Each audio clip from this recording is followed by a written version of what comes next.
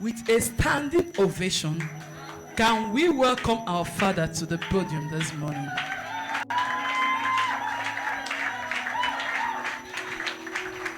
Welcome, sir. You can sit down. Praise the Lord. We can sit down. Oh, welcome, sir. Daddy, I'm privileged to have the sit-out section with you, just to get some questions, and also I feel this is a heart desire of every youth and every upcoming young minister. We really need to learn and glean from your wealth of wisdom. Once again, we'll say happy birthday, sir. God, let's just go straight to the question.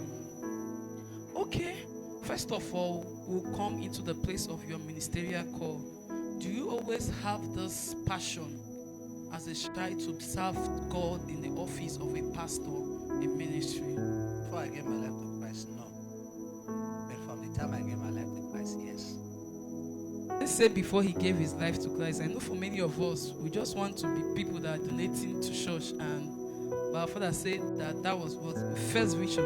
Okay, can you give us how you stepped into this calling? Because I know that as a new believer, you didn't just launch into becoming a pastor and everything. Was there a level of growth? And also, can you give us a brief journey of stepping into that office? Okay, one, my conversion was not the normal way people give their life to Christ. So, one, my mother was looking for a male child, all right? And she had been called all kinds of names. She had had 6 girls, though she had 1 boy first. She was very desirous to have a child, and out of that desperation, she made a covenant with God, and she told God that if you give me a son, I will return him back to you. All right? And then she became pregnant. So she began to have angelic encounters. Of course, even the day she was going to deliver, while she was lying down, waiting to enter the labor room, her eyes opened and she saw angels, and they were singing and they were encouraging her, were telling her that her prayers have been heard. Do you understand? Now, from the time I remember, all right, I was a very stubborn person, all right, very stubborn, and I remember my mother always telling me these stories. So whenever I do something, those crazy things, she will always say, you are a child of the covenant. I made a vow. I didn't go to native doctors. God told me this. Instead of laying a curse or saying negative words, she will repeat these words. So I have always known from childhood that there was a covenant over my life to serve Jesus. Do you understand what I'm saying? So it was a program. And my mother never played with any utterance that came from her mouth. Like if she would wake up in the morning, she would ask if I had a dream. Of course, you know some of those stories. And if I did, I would say it, and she would take it very serious. In fact, if there were bad dreams, fasting would be allocated immediately. So, because of that, when I have had bad dreams, I hid it to myself because I don't want wahala. Alright, but I will remember a particular one I had where a lion attacked me, and I was killed in that dream. I think I should be around 9 years then or 8 years. So, and my elder sister was crying. So when I was so scared when I woke up and she asked if there was a dream that night, I said yes. I told her dream. Of course, she allocated 21 days fasting. So, and each one she allocates, she will do it with you. So we'll be going to Christ Ascension Church every morning. We go and pray. I will end around 12. She will take her own till evening. The day we ended the fast, we came back. We were living on husband then. My husband was very interior, a place called Ogunam then. In fact, that hospital where she was working, she was one that opened it. Nobody would accept to go to that place. Where we live, we're surrounded by thick forests. Just create a picture in your head. The villagers only used, these palm leaves to just make fence, and it had already withered them. So because we're bored, we don't do anything, for us concerning for entertainment. So what my mother does is she will buy granuts, raw granite, and then we fry it and share. So we use eating as a way of keeping ourselves buy oranges and those stuff. So that day we were coming back, she bought raw granuts. We came back. I was frying it with my elder sister behind the house, and then we heard a sound just behind us from that withered palm fruit, and we looked. There was this. When I put a wild dog, but this is the height. It's actually bigger than two of us, like the height. And the thing came out and looked at us. The mouth was blue. It was salivating and it was making some horrible sounds, looking at us.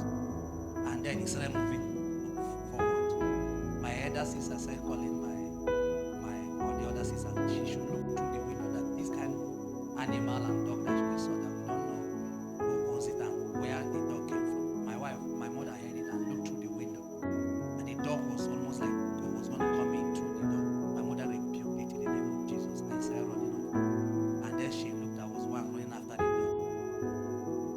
So she called me Chukwuemeka. They don't call me Chukwuemeka. They call you Chukwuemeka Ezuka. You have done something bad. So she called me Chukwuemeka. And usually I would not answer once. But that day I answered once and I came back. Just shortly, like less than 5 minutes, we started hearing gunshots, all kinds of pandemonic sounds as if there was war crisis. And they usually used to fight wars then around our house area. So we thought they have started again. It was in the night when the security man came. He was not telling my mother that, do you know that the lion, that was his words. You see the way visions work. He said, do you know that a lion came into the community today? My mother said, lion, how? He said, yes. Did you hear the noise and the shooting? He said, a wild dog. He said, the first thing he saw, he tore it. The second thing, the children there climbed trees for their lives. He tore up to 2 dogs and few goats before everybody started bringing their guns and said, just see, eventually they were able to kill. My mother said, the dog passed through where my children were. He said, don't know, but it was a lie. But it was a power of that fast. So that made impression. Do you understand? All this while my mother said, pray, pray, pray, pray. I just didn't bother. As a child, we just do it. But that particular incident, because I had a dream, and it was that day we ended the fast that thing happened. So as a child at that age, I knew that, you see this God, you can't play with him. It's a big deal. Are you getting what I'm saying now? So later, because of how hazardous that place was, we were sent back home. When we came back, we were not very serious, staying with our father like we were, when we were with our mother. And then I remember that I felt primary 5 into primary 6. All right. So when we were going back to Horsa for holidays, so when we were going, I made a vow. Now I have known this God can do some stuff. So I said that if you give me promotion to just to primary 6, that I was going to become serious, and I was going to give you 5 kobo. Is it 5 kobo or 5 naira? It should be 5 kobo thereabout. That's 1989. All right. So we went back to Horse, and I came back. My mother just gave a pocket money. When I returned back, I gave that 5 naira or 5 kobo whatever in church, and I went to school and took my bag and entered primary 6. Now, those days when you fell, we know the people that scored first, second, and third, and the people that fell. Because the way they used to close the term is that a kind of assembly format, and they will call people first and second. Everybody will know who came first, who came second. Okay, am I correct? Maybe you don't know, you are modern Pastor Justice. Then the persons that fell, they will not call their name. So we know ourselves, the Failures Association. So when the other people that fell saw that I had entered primary 6 and nothing happened, they too carried their bag and joined me in primary 6. Then the next day, the headmaster came and called them by names and fetched them out and took them back to primary 5, but he didn't mention my name. Again, that struck a chord. I don't know what I'm saying now. Now, I wouldn't tell all my stories. There are a lot of them as childhood incidents that will show you that this child, God is with him. Are you following what I'm saying now? So, all this while, when I do something bad, growing up as a child, bad children, they will do in school, teenagers, the things we do in school, I always feel bad because something always tells me that you are not like this people. So even when I look at those my friends that will do all those bad stuff, I will always know that one day I will leave them. Now I can't say exactly how I always know that this thing you are doing is for a while. All right. So one day I was traveling and God just like God spoke to my heart and said, when will you come to me? When will you give me your life? If you don't, the devil wants to kill you. And the only chance I have to protect you is if you give me the chance. So that day I asked him to come into my heart. Meanwhile, before I gave my life to Christ, I used to tell born again Christians, and you are not serious, that when we come, we will show you how to serve God. And you are making, when you're serving God, if God is that powerful, why are you serving him like this? So I've always known that I have a covenant with God, and I've always seen the manifestation of that God before I gave my life to Christ. So from the time I gave my life to Christ, I put my head on, seeking him, praying, studying the Bible, not thinking that I will be a pastor, just being relevant to God. All right? And eventually I'm here. And it's a long story, so I won't go into it. Thank you. Thank you, sir. That's a long one. Okay. In this aspect, can you give every young believer that is about to step into the work of ministry, accepting the call of pastoral call, evangelistic call, is there any advice that you have for them? Seek his presence. There is nothing else. You don't have a call if you don't have his presence. The mark of a minister is, and it was a man of God that gave me this counsel, and I've never met him. And when I was ordained a pastor, of course, I didn't want to be ordained. I didn't want to be a pastor. It was the last thing I wanted. She will remember the story very well. When I saw that they were about to make me a pastor, I perceived, because in that church, it looks like no other person now is me. The person I thought should be the pastor had somehow stopped coming to church. Do you understand? And they were the people close to the pastor. Me, I was, if you call it OGS, I was the errand boy that run around and sweep the floor, set the equipment, buy fuel. So I told her after service to let's talk, that there is something important I need to talk with her. She was very sophisticated then, classy woman, born and bred in Lagos. Me, I was born and brought up in the village. So we went somewhere, they are selling food. I bought her, is it rice and Bisa yam? Is that what I bought for you then? I bought you food that and Coke, I can remember. The way mommy is laughing is as if there was no food. So I'm a proper gentleman,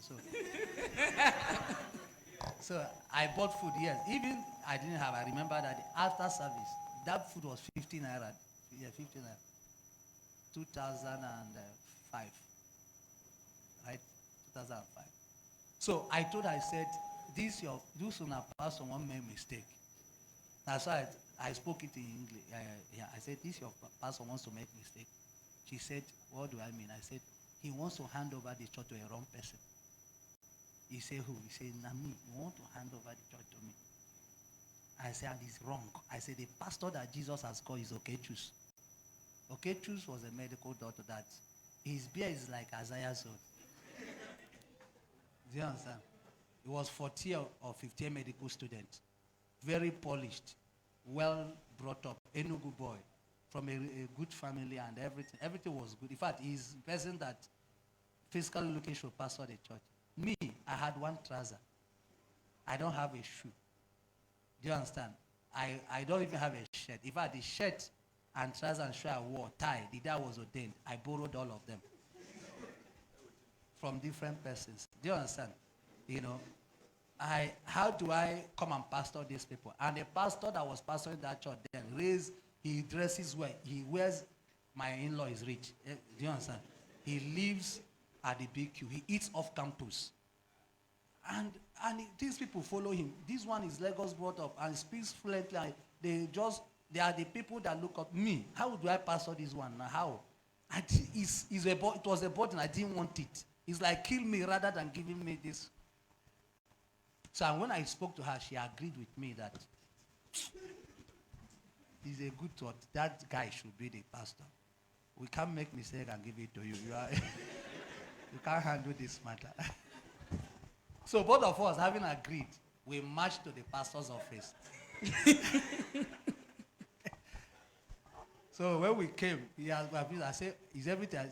She said, yeah, because she's one that can flow in that dimension. She said, yes, that we are looking at reaching out to Okechu. So as ordination is coming close, let him come and take his mantle, because he's the rightful, The pastor, he said, okay. He took out his phone and called him. Where are you? The guy said he was somewhere, so he said, we were coming to your house this evening. We left that place and went to Ababa to go and look for the guy. Are you following what I'm saying? We got there, the guy came, welcomed us, and told us, well, his father's house, that he will come back. He will join the training. Already, training for the new leadership was already on. That he will come. That he's okay, he has heard us. That he's coming to take the man. That guy didn't, the day he came was the ordinary. I was crying. You saw that picture, I was crying. He now came and said, I should not cry. I should not cry. that God told him not to near there, that he has chosen someone for himself. That he will stand by me. That I didn't see him for once till that time till now. But he told me that God told him that he should not go. That he has chosen somebody. And that's why he did not come. All right? So that was how I became a pastor. So when I was ordained a pastor, I wanted to know, answer your question now, what makes the difference? All right? There was a man that was sending me message then, Pastor B. I don't know who he is, but I used to get this mail. I will actually call it spam mail. Do you understand? On Yahoo. Anytime I open my Yahoo, then there's something called Yahoo Mail. It's still on now, right? But then if you want to access your email, you go to Cyber Cafe, pay for a time, you will call computer or sort of, and then you log in and check your mail. So anytime I go to check my mail, I went to check my mail, I will see this man's Pastor B. You will just, normal messages. So that there was ordained a pastor, I was distressed. Because the kind of people in that church that man pastored, I knew I didn't have the capacity to talk to them. So I sent that man a mail. The first time ever, I replied to him. I said, I am so person. You've been sending me mails. I had just been ordained a pastor yesterday. And I mentioned the church. Do you understand? And I said, I want to know what makes a man of God, what makes a minister. Now, I still believe tomorrow that guy was an angel, believe me, because he screamed and said, no, he said, there was an exclamation, I can't remember what it was. He said, a lovely church, a lovely pastor. I was with your pastor on Sunday, Pastor Vin. I'm shocked that he knows Pastor Vin. And he now said, this is the mark of God, the mark of a pastor, the presence of God. So that informed my whole pursuit. I didn't seek to have members. I didn't seek to be obeyed. I didn't seek to have secretary, to have good environment. There was nothing else that occupied my heart. I wanted the presence of God. And guess what? If there was anything we brought into that church that causes other fellowships to begin to look for us in that campus, it was the presence of God. If there was something that made my wife to have an opinion about me eventually, or any other person, those mighty, strong women that were in that church, that pastor was pastoring, to begin to honor and respond to my ministry, it was that. So if you ask me, what should I tell anybody now? Going into ministry, being called, the presence. Moses said, if your presence go not with us. So if his presence is not there, every other thing you are doing, is secondary. Wow, thank you, sir. That's a very specific. So, shakes the presence of God, that's paramount.